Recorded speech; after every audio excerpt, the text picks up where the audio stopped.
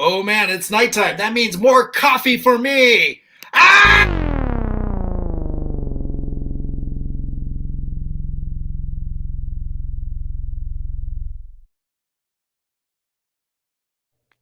This is COFOH Live Undead. I am your host, Daniel Crozier, and I am joined by the amazing Jason Coviello. Wow!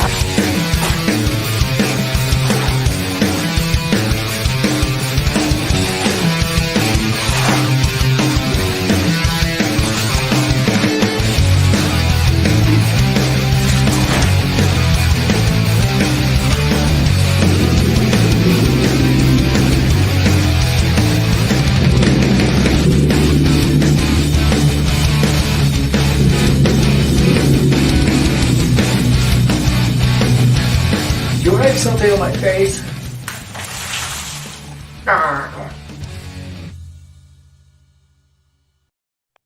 Jason, how are you, sir? I'm really hoping that I get some pink paint thrown in my face right now.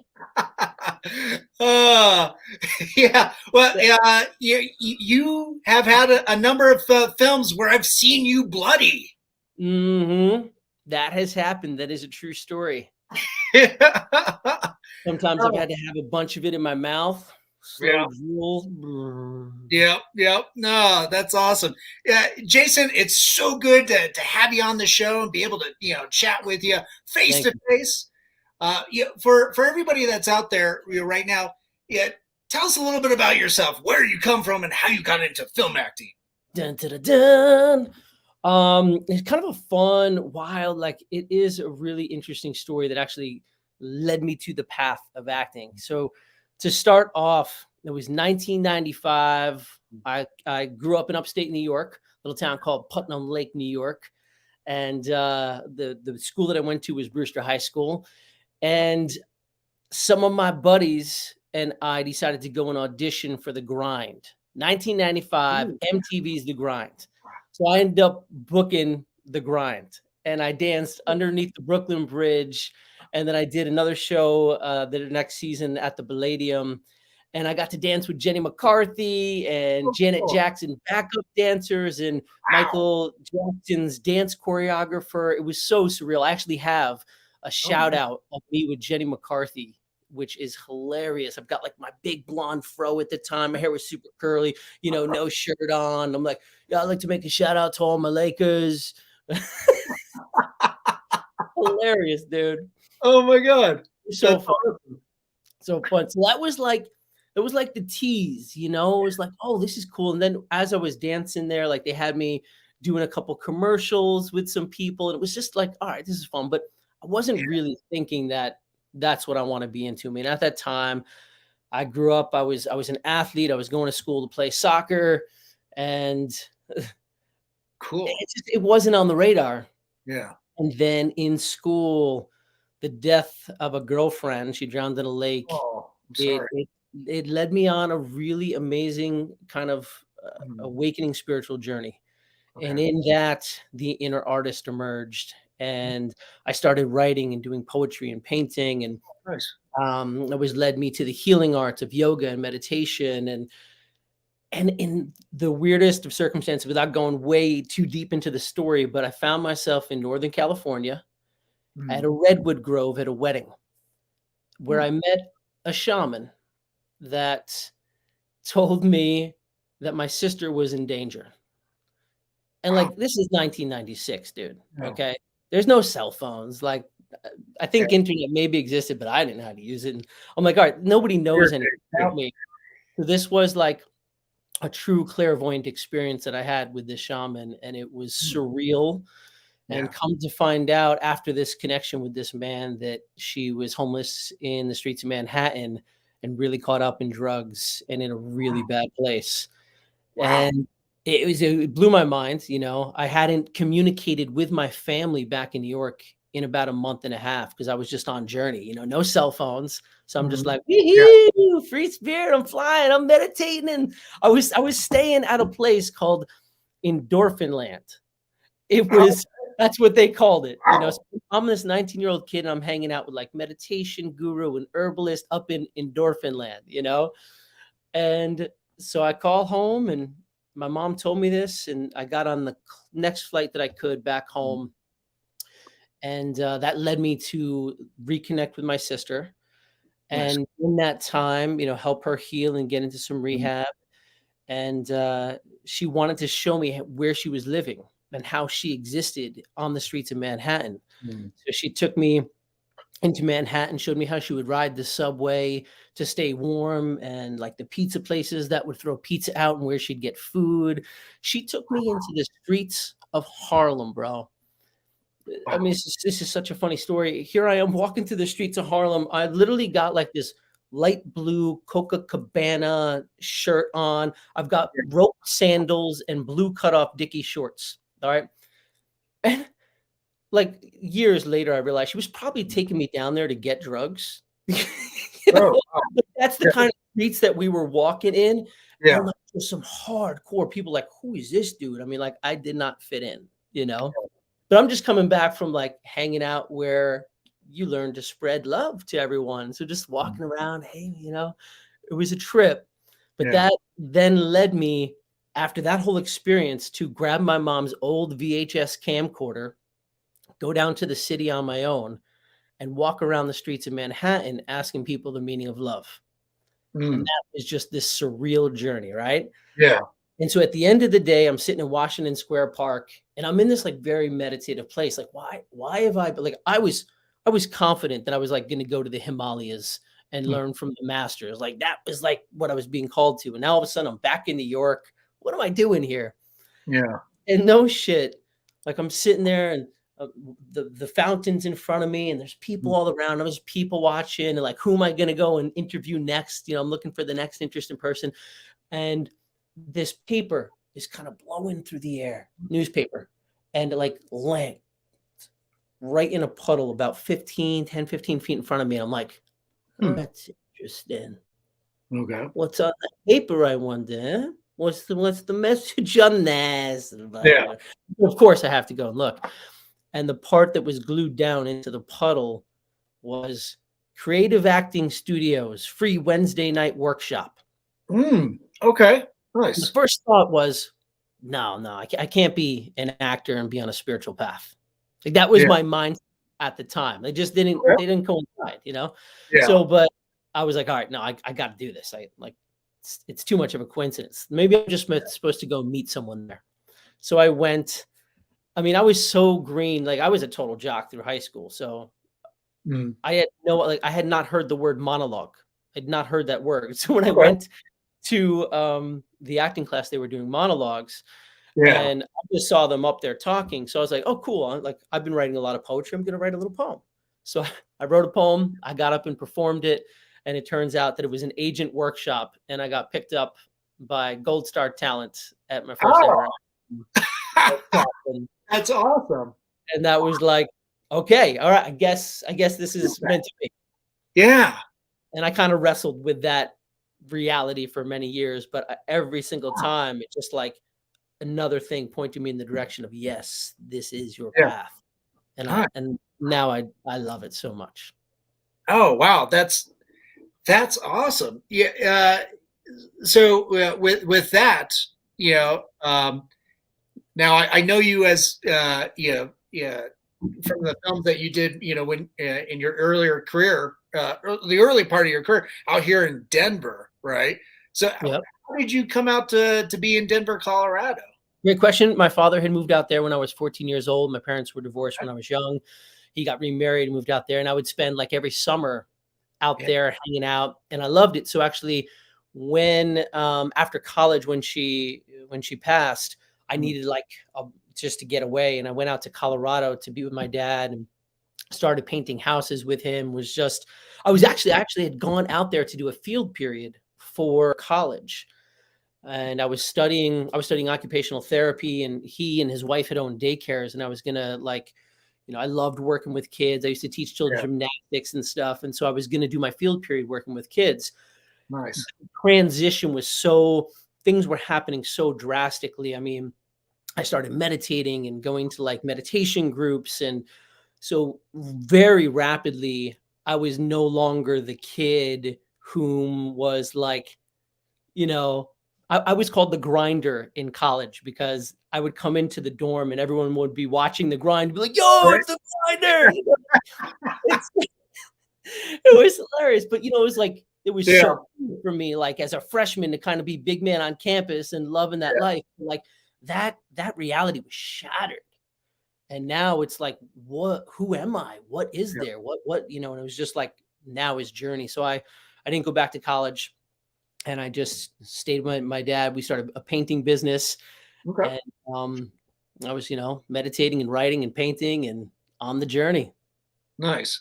And from there, you just started seeking out more acting gigs and local Yeah. film, short So, films. so the story that goes back there. So it brought Yeah. me to Colorado. That brought me to California, up and down the coast. That brought me back to New York, where I found my sister and Right. started acting. Right.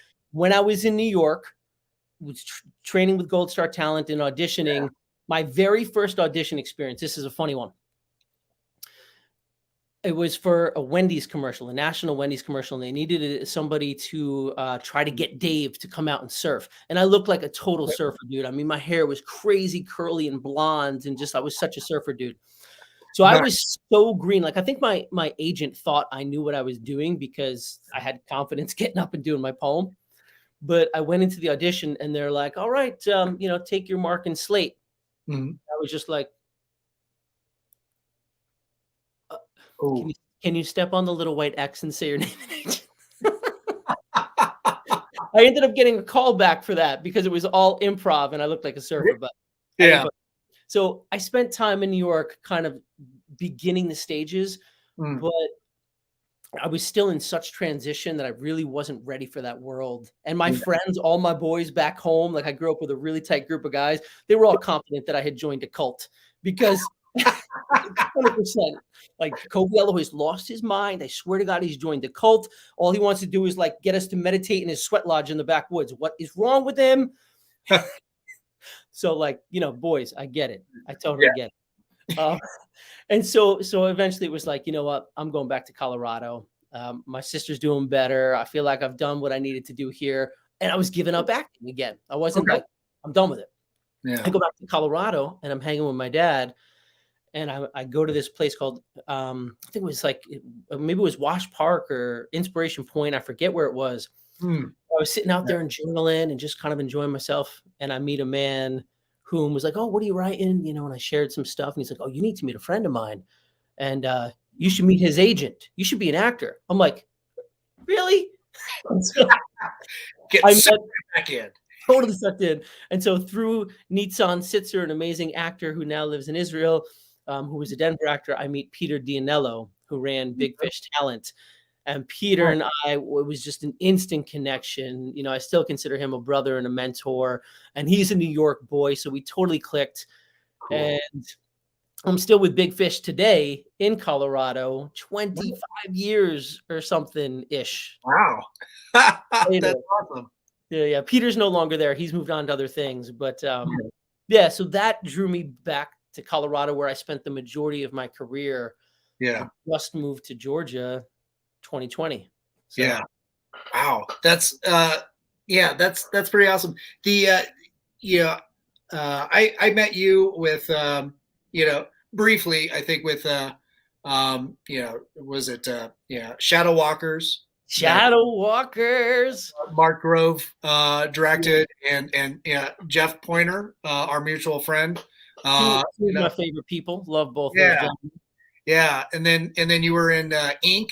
I did some design work. Incidentally, one of the earlier interviews that was featured in my intro was Todd Debrasini, who did a lot of the makeup on Ink as well.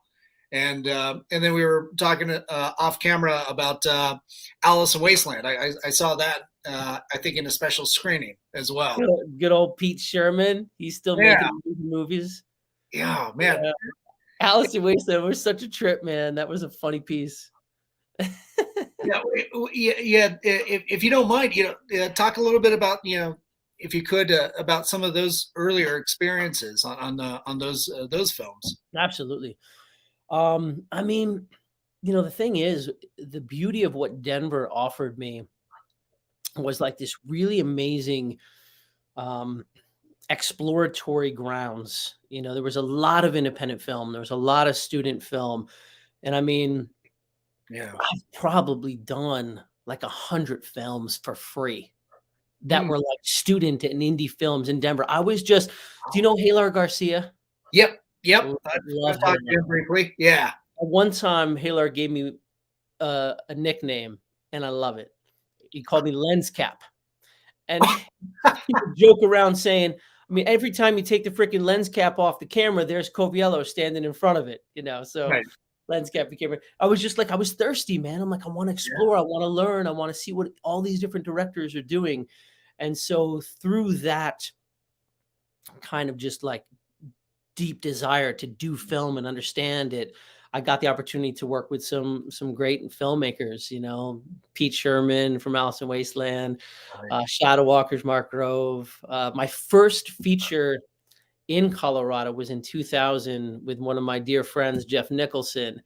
And it's a film called 50 Bucks. And it was such a fun comedy. Like, I love comedy, and I wish I would do more comedy. You know, I always play like all these edgy, kind of dark, aggressive characters, but like, I'm just a big goofball in nature, you know? And 50 Bucks was such a perfect, it captured that. It's like the story of a 25-year-old who still lived at home with his mom and dad. And he's like super spoiled, and he just has to get back his 50 bucks to his dad. He's like, just 150 bucks, son. Just one of the 50 bucks that I've lent you. So this kid's like, Dad, how am I going to get 50 bucks? You know, on this great big journey to find. So had some just great experiences, man. Amazing film and artistic community in Denver that really helped me explore. That's awesome. You mentioned you did a lot of stunt work with working with Mark Grove. I mean, you're a very physical actor. We'll play some of your more physical reels that you sent over. But I consider Mark one of my I have a tremendous amount of respect for him. I consider him a mentor. I mean, he is such a giver of knowledge and wisdom, and he has so much wisdom. Like, he's such a rare gem. For those of you who have trained with Mark, you know this, but like the skills of what I've learned from him, not just how to take a punch and take a fall and fight effectively on camera, but to see the way that his mind operates, how quickly he moves around making a movie, and he's magic, man. So yeah, I mean, I've always been physical because I was an athlete. You know, I started at a young age. I was a wrestler and I did Taekwondo. So I was, into gymnastics. So I naturally fit into the stunt arena. And I think had I not had such a passion for the storytelling aspect of being an actor and like really like the deep dive, for me, acting is a spiritual practice. It is that which allows me to see into our humanity and face the shadow self and learn how to not live in judgment. I mean, I can't be a character if I'm in judgment, right? Right. So if I didn't have such a strong desire for the acting, I probably really would have went stronger to be just a stuntman. Yeah. Wow. You mentioned wrestling, and of course, I've got to take it right to the Midnight Zombie Massacre. That was a fun movie.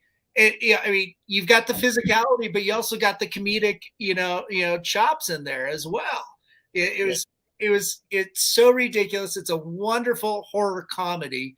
I absolutely enjoyed that. What was it like? It would have been good if it wasn't for Mike and Chris. I mean, those two idiots, they're just horrible to work with. Number one, like they don't know how to write a good script, obviously.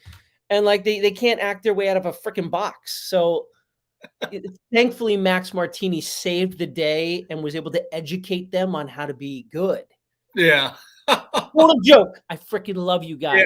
Yeah. No, those two together, man, just like, obviously when you watch that movie, their chemistry is seamless. And that comes from years of them being, they wrestled together. Yeah. They just had that chemistry. And Max Martini, man, was one of the most fun directors I've ever worked with. Like, that set was so fun. When we did that wrestling scene, like, all right, first off, I got to fly off the top rope. I got to fulfill my childhood super snooker Oh, I mean, I was a WWF fan, man. Yeah. Hulk Hogan wristbands and the headband, a little weight set. Yep.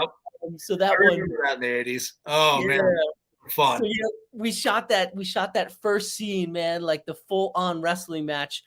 And Max comes out. He's like, Jason, are you okay? Are you okay? Yeah, we're good. That was fucking awesome. He's like, can you do it again? I'm like, yeah, let's do it. All right. Like, just so passionate. Loved it. Oh man, yeah. It seems like such a what a great cast.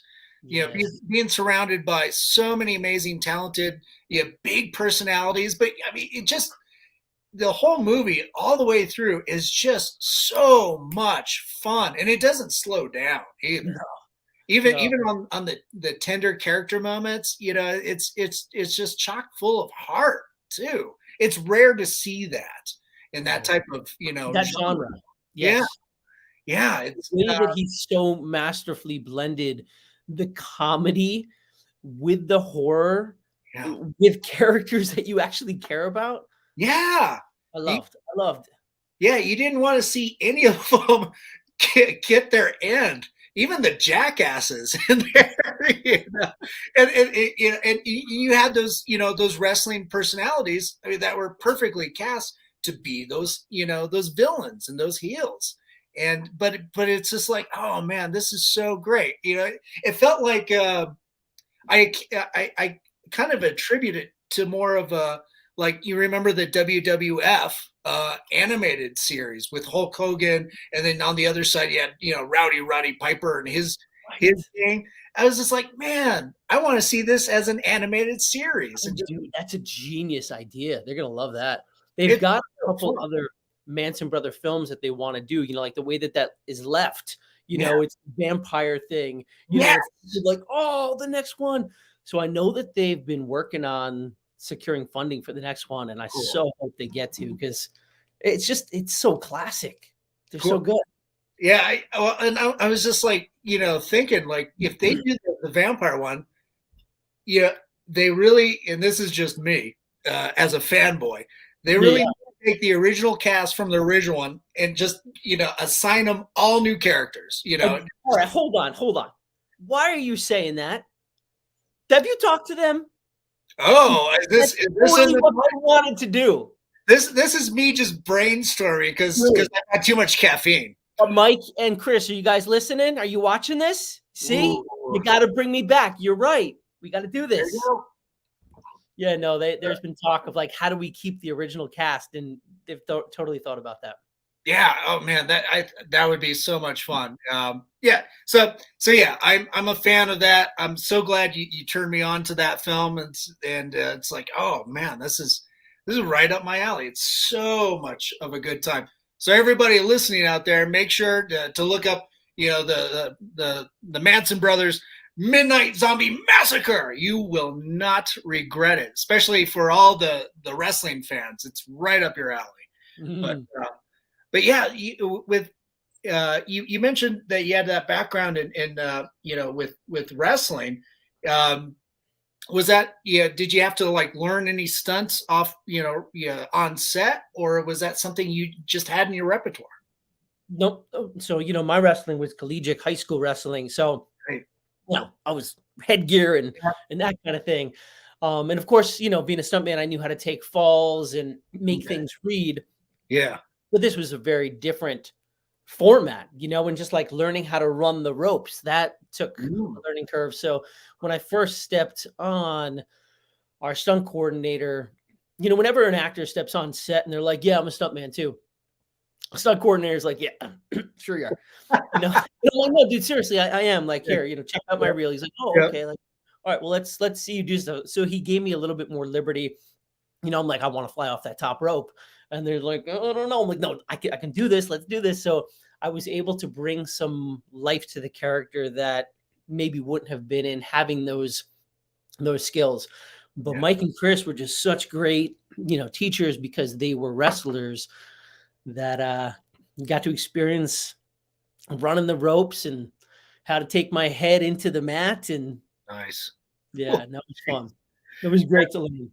Man, that's pretty intense. Well, we've been talking about how physical of an actor you are. I'd love to play the host bit with you as the secret agent and the wine and everything.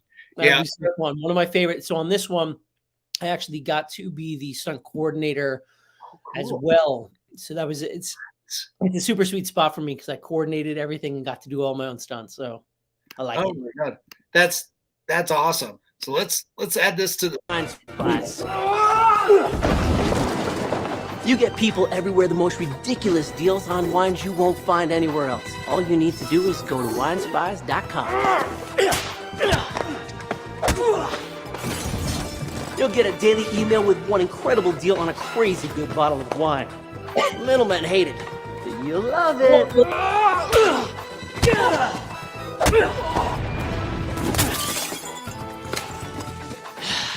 I love my job. So how does Wine Spies do it? How do we find such amazing deals and bring the finest wine straight to your door? I think it's better if I just show you. Our headquarters are located in the heart of California's wine country. And through the years, we've forged tight relationships with many small family wineries who feed us some incredible wines. We zero in on the absolute best deals and bring them to you at up to 70% off. Use our vault feature for the chance to get a bottle worth 10 times what you paid. Do it. I'll be there to save the day. So what are you waiting for? Join our ranks at winespies.com and start securing the best wines at remarkable prices today. Hey, should we open the frog's lake? I already have. What? Pip now? Oh, that's hilarious. Oh my god. Yeah, the physicality is just absolutely breathtaking. I love it. Thank you. It looks like we got some comments coming in. Chris says you're making me blush. What up, buddy? Oh, that's awesome. The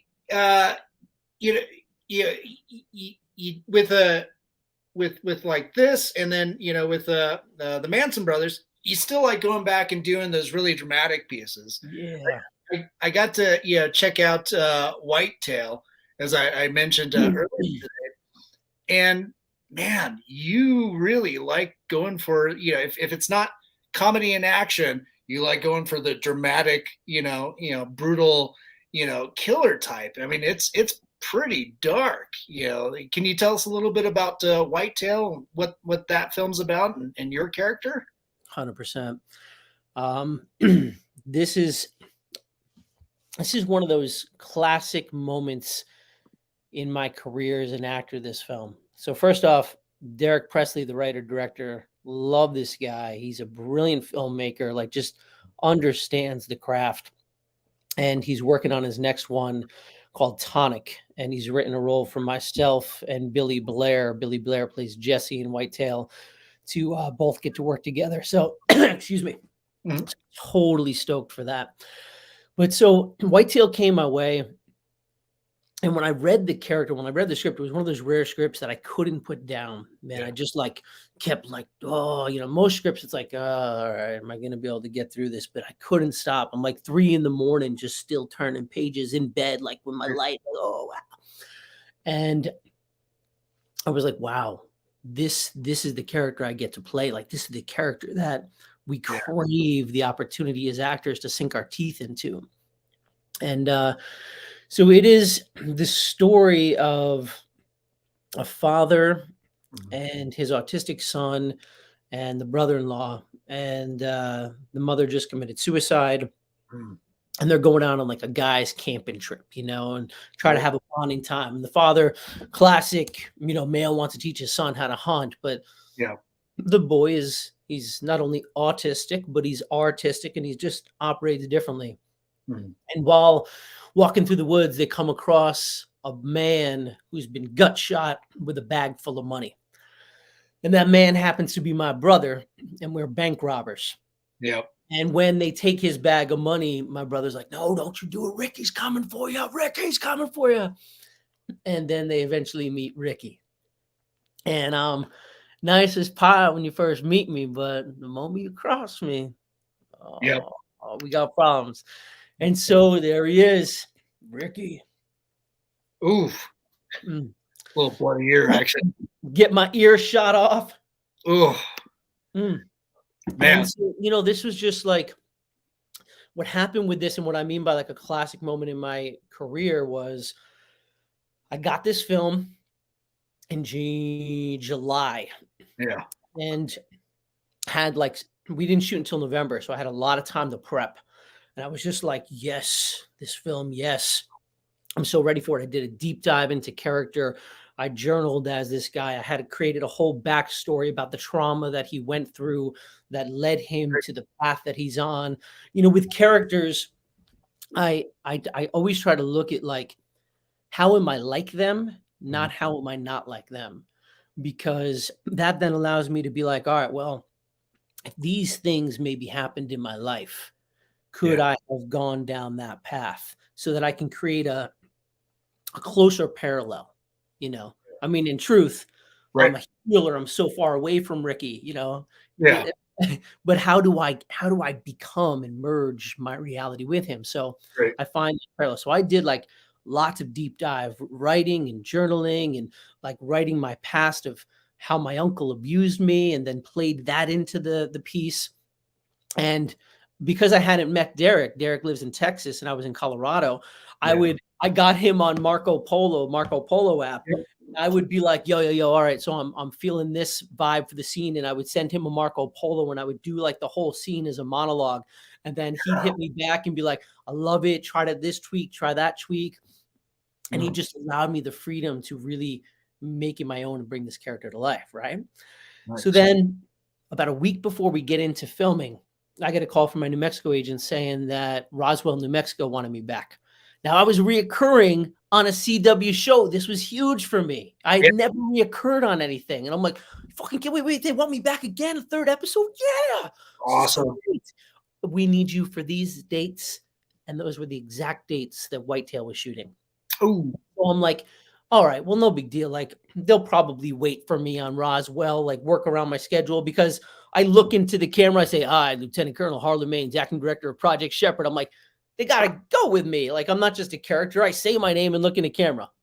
Well, I learned the very humbling lesson that if you don't jump through our CW, network hoops, bye-bye. Yeah. And I had to choose, like, the money that I would have made on Roswell. I had 10 days on Whitetail. It was a low-budget film. Yeah.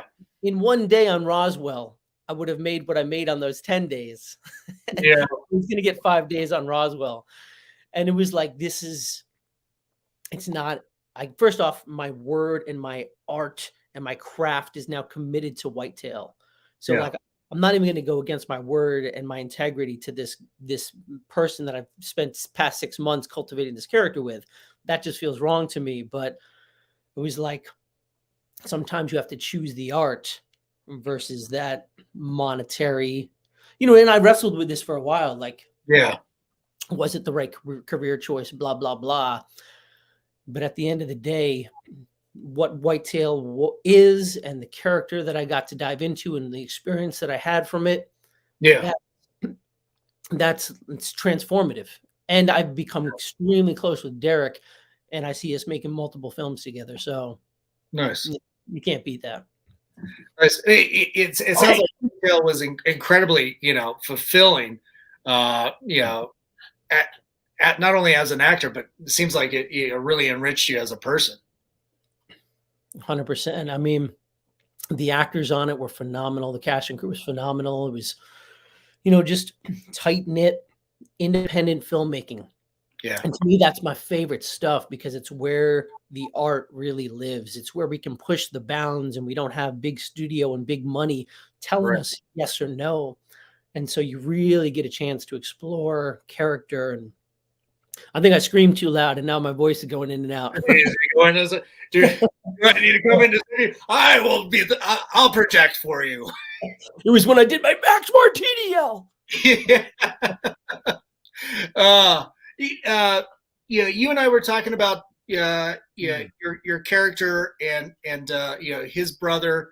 in Whitetail, and it's like, yeah, to yeah, as you mentioned before, you know, you were journaling, you were exploring the background of this character. It seems like, you know, to you know, get to such rich and also despicable, you know, characters.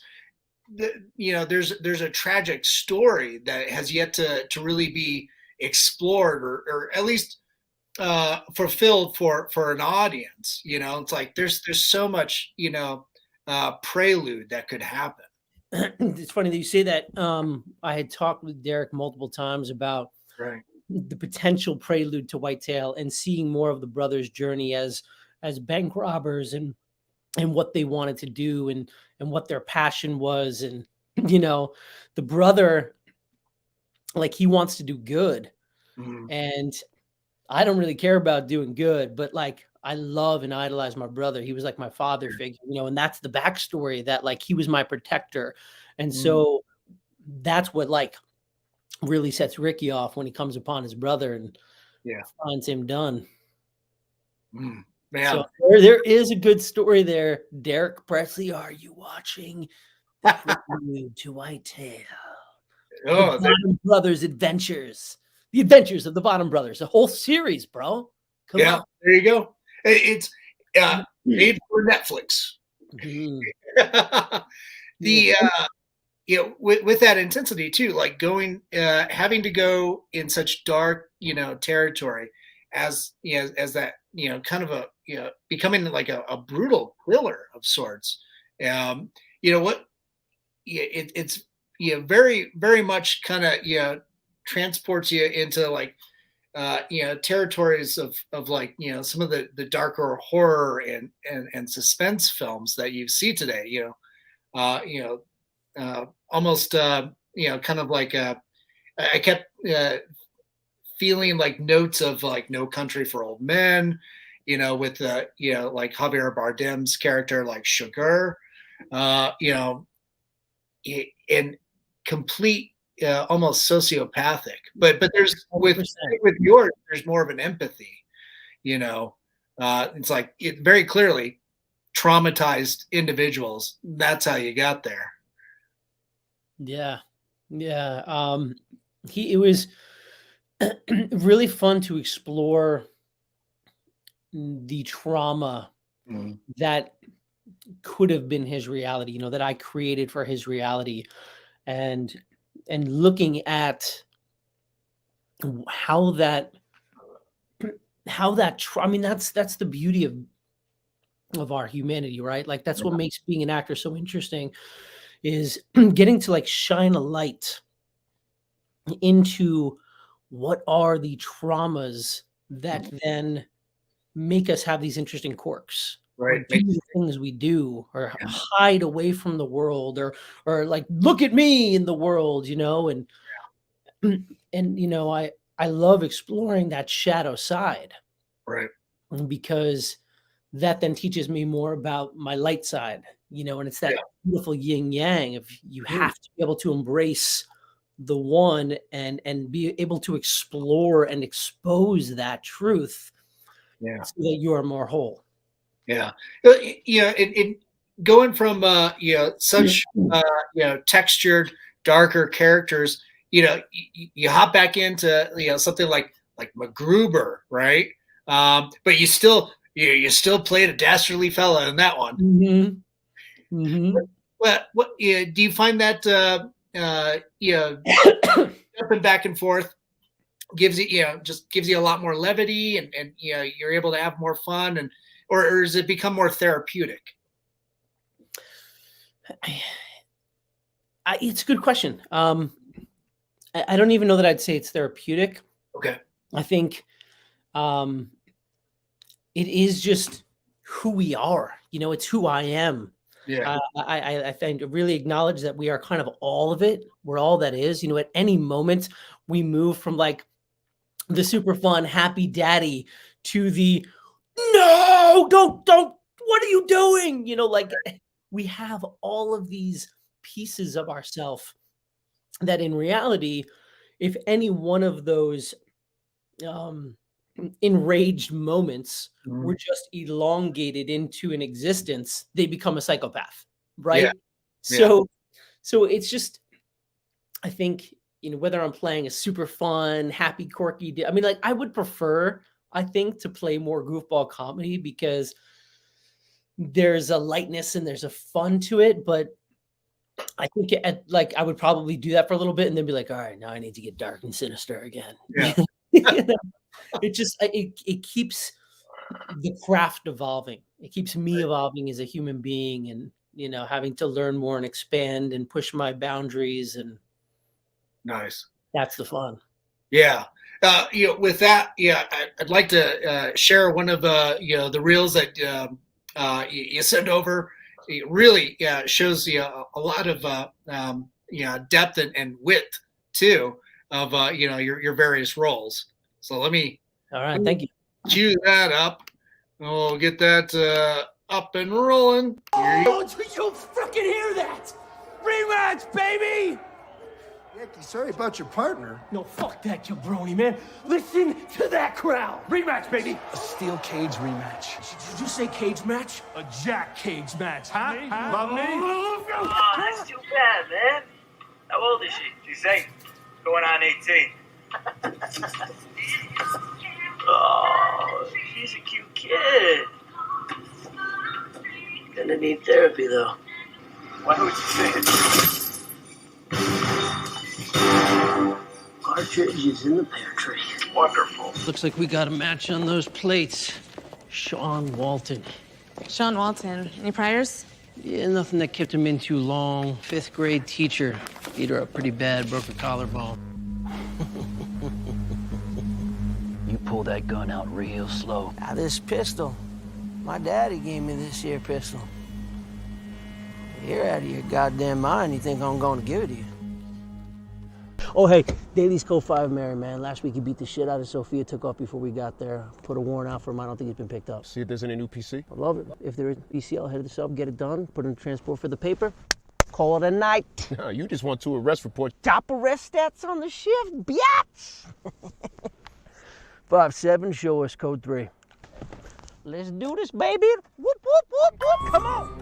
That's nothing you didn't already know, right? Right. And energy flows. Like money. You're a hard-working man. You like to breathe. That's what they took you. You were terrified. I, Lieutenant Colonel Harlan Maines, Acting Director of Project Shepherd, will oversee today's procedure. Catalog every piece of it. Have you seen this marking before? We've never seen any of this before. These helmets are a problem. Look at this. Socks, look at these. We look like Michael Jackson backup dancers. These are a problem. This is a problem. What? And Mr. Exley, wondering when he's going to get some type of financial support for his wife, who is now paralyzed. Or maybe it's the dozen other victims as a result of your client's willful neglect. Are you fucking kidding me? That's perfect, though, because I'm not really a criminal. I mostly represent indigent clients. You know what indigent means, Rook. You mind if I call you Rook? Or you prefer the more formal Rookie?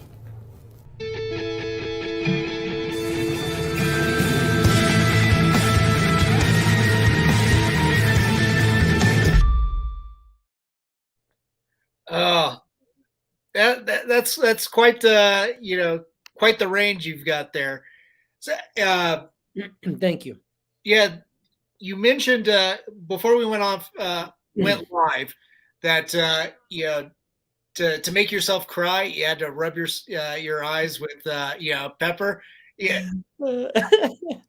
Can you for everybody? Right. Can you let's clarify. This was one of my first big films ever. I was playing a paranoid schizophrenic in a movie called Out of Range with Joe Compton. Joe Compton's movie. And the character had a crazy emotional breakdown and a long drawn out cry scene. And, I accessed the tears and then they dried up. And I'm like, oh no, dude, it's not coming anymore. Like, I'm done. The well is dry. And so I was like, I got an idea. And so I was like, you got some hot pepper? I knew he had hot pepper because like he loved freaking pizza and we would always like dump it on the pizza. So I'm like, go get your hot pepper for me. He's like, what? I'm like, he's like, no, don't do that. I'm like, no, yeah, no. You want tears? I'm gonna give you tears. So I rub my fingers in the hot red peppers and rub it all on the eyes. And then, I don't recommend this, ladies and gentlemen. In a very mild dose, maybe, but it got so bad. Like it was just so like I couldn't even open my eyes or bloodshot, and like I thought like blood was coming. I'm like, oh my god! So it ended up once it finally neutralized, it ended up delivering a really great bloodshot, teared up. I'd been crying all night, schizophrenic. Yeah. So it worked. Oh man, very painful. That is dedication. Holy cow. Yes, lots of dedication to the craft. Oh man, yeah, Jason. We're just about out of time, but yeah, what can we expect for you from over the horizon here? Yeah. Well, I just got to do kind of the thing that canceled us last time. Excuse me. A great little quickie. So Passion Flix is a streaming platform, and they have they offer quickies, which are short films. And so we got to do a really racy romance novel brought to life called Dirty Sweet Valentine by Laura Lynn Page. And great story. And I got to play a British secret intelligence, and really racy and sexy, and we get it on. So that's coming out on Valentine's Day. Ooh, nice. I think on Valentine's Day or like the day before or something. Wow. And then I start a series here in Atlanta, and can't really talk too much about it, but nice. I start this month, and I get to play a really edgy, aggro, abusive, racist detective. Okay. It's a great story. They definitely push the limits with this, and so I'm excited to see how it's going to work out. Oh, that's awesome. Well, we can't wait to hear more about that. When it's about ready to come out, right? We'll have to get back on and when we can talk about her. That's awesome. It sounds like there's no shortage of work. You're constantly doing amazing things, and we can't wait to see more stuff. And you're in MacGruber, which is right now. What is that? That's on Paramount Plus, right? Season 1 is a Peacock. Peacock Network, I think. Yeah, I'm in episode 2, season 1. Nice little cameo, basically what you saw it there. Cool. And there's another one of the biggest shows on television that I'll be coming out in season 4, episode 8, but that's all I can say because of NDAs. But that's coming out soon. Sweet. So That's awesome. that.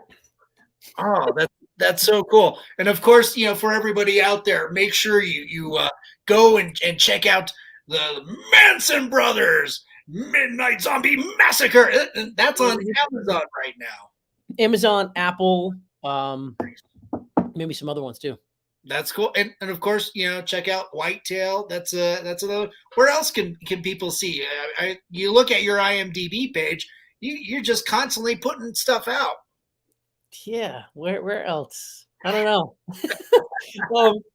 Whitetail is a good one to watch. I'm really proud of that work. I think it's a real fun film. Fun is maybe the wrong word to use. It's disturbing. It's a Southern Gothic. It's disturbing and edgy, but it is a journey of the human soul. It's a good one. Yeah. Excellent. Yeah.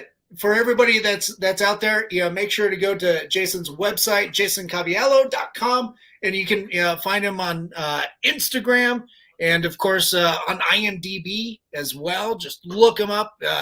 It's been great, having you on here and being able to chat with you and all the cool things that you're doing with your craft.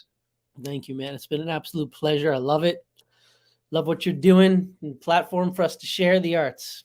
Oh yeah, thank you. Yeah, stick around for a few minutes after the show. But yeah, we've got our friend Fernie here giving us the devil horns. So thanks for that. I think that's more intended for you, sir. Yes. But for everybody that tuned in, thanks so much for tuning in and for catching up on the show. And of course, to all our friends at Mutiny Cafe, thanks for sponsoring us. And if you're going to start a revolution, make sure you're caffeinated. Our friends at Hellfire Entertainment, thanks for rebroadcasting us on your social media. And our friends at Groovy TV. And of course, Alien Donut Films, Angela and Bill over there, thanks for putting up with my shit. And our producers, Stefan Santa Cruz and Amanda Armstrong, thanks so much. And everybody that tuned in, take care of each other, look out for each other, and remember, we love you. And have a good night, everybody. Take care. Thank you. Peace.